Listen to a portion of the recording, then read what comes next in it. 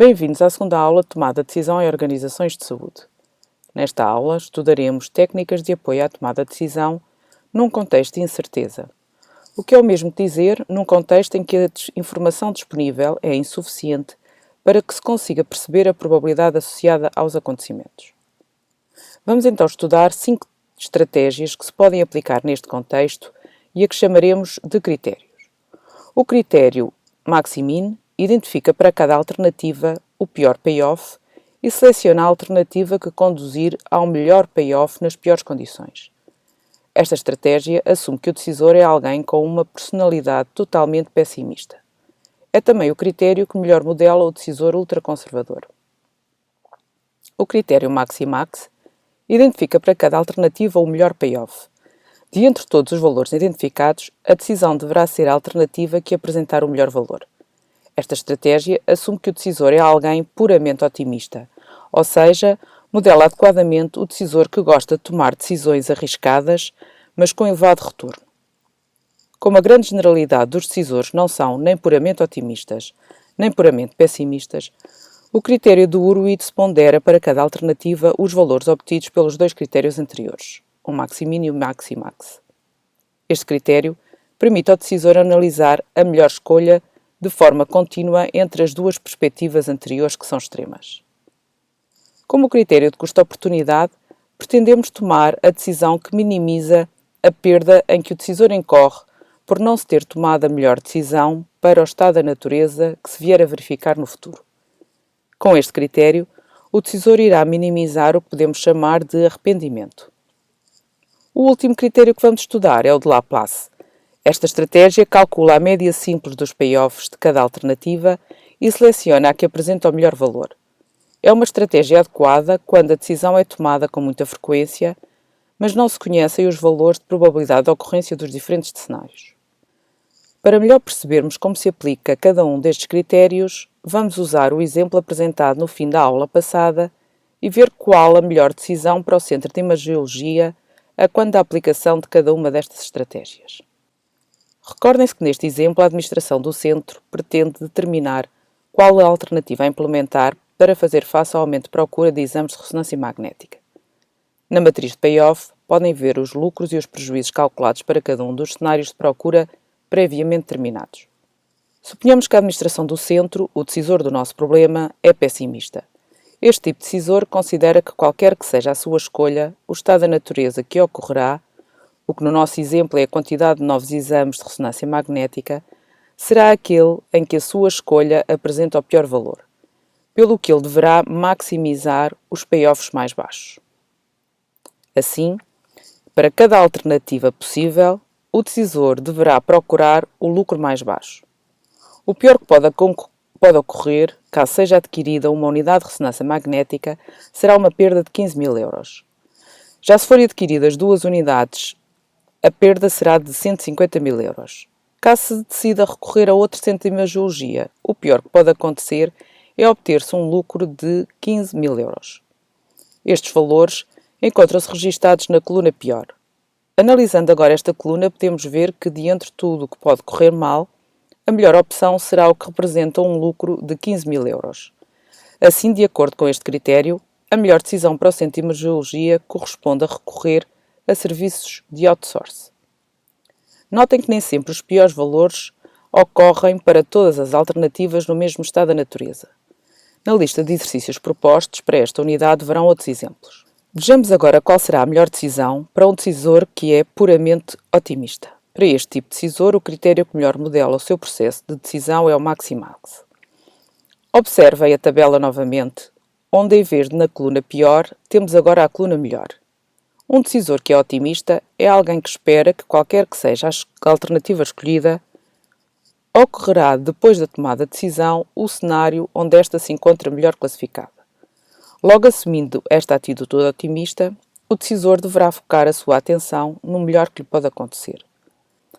Assim, para cada alternativa possível, o decisor deverá procurar o lucro mais elevado.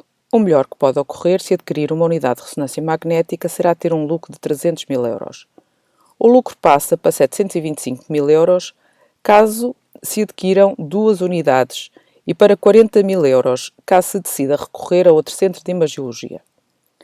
De entre estes três valores registados na nova coluna da tabela, o melhor corresponde a 725.000 euros, pelo que, de acordo com este critério, a administração deverá optar por adquirir 2 unidades de ressonância magnética. Nos critérios anteriores, assume-se que o decisor tem perspectivas extremas sobre o que pode acontecer. Ou está no melhor dos mundos, critério Maximax, ou está no pior dos mundos, critério Maximin.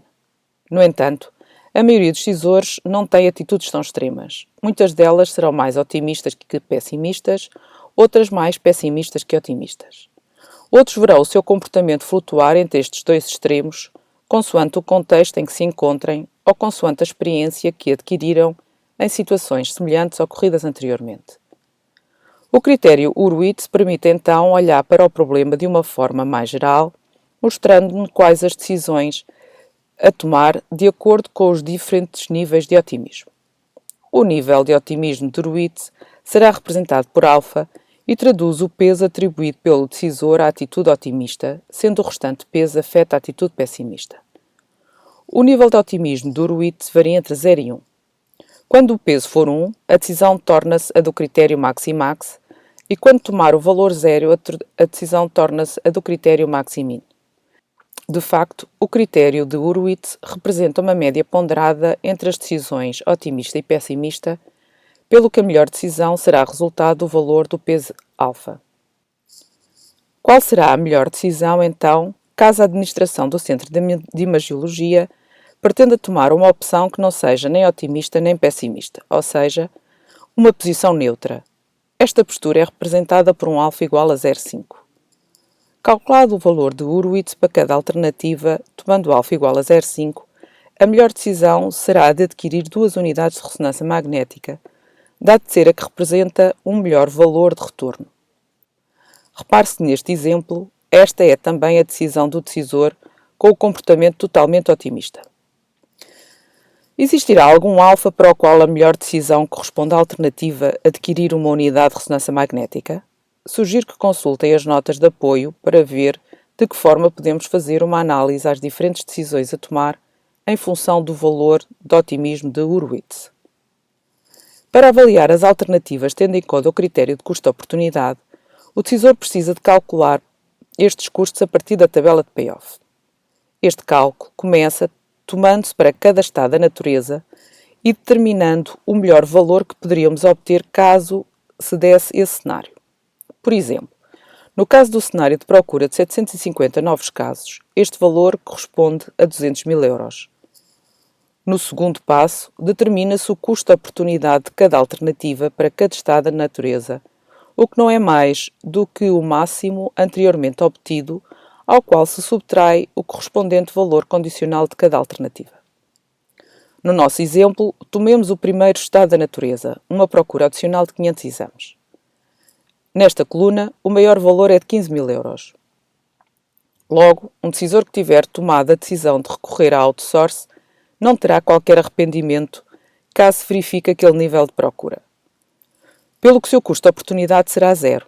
No entanto, se o decisor tiver optado pela primeira alternativa, então o seu arrependimento será de 165.000 euros, o que corresponde a não ter obtido um lucro de 15.000 euros e ainda ter incorrido num prejuízo de 150.000. Esta é a matriz de custo-oportunidade já completamente terminada. Agora, a escolha da melhor alternativa é feita recorrendo ao critério pessimista ou Maximin, uma vez que o decisor tentará minimizar o pior custo-oportunidade em que poderá incorrer.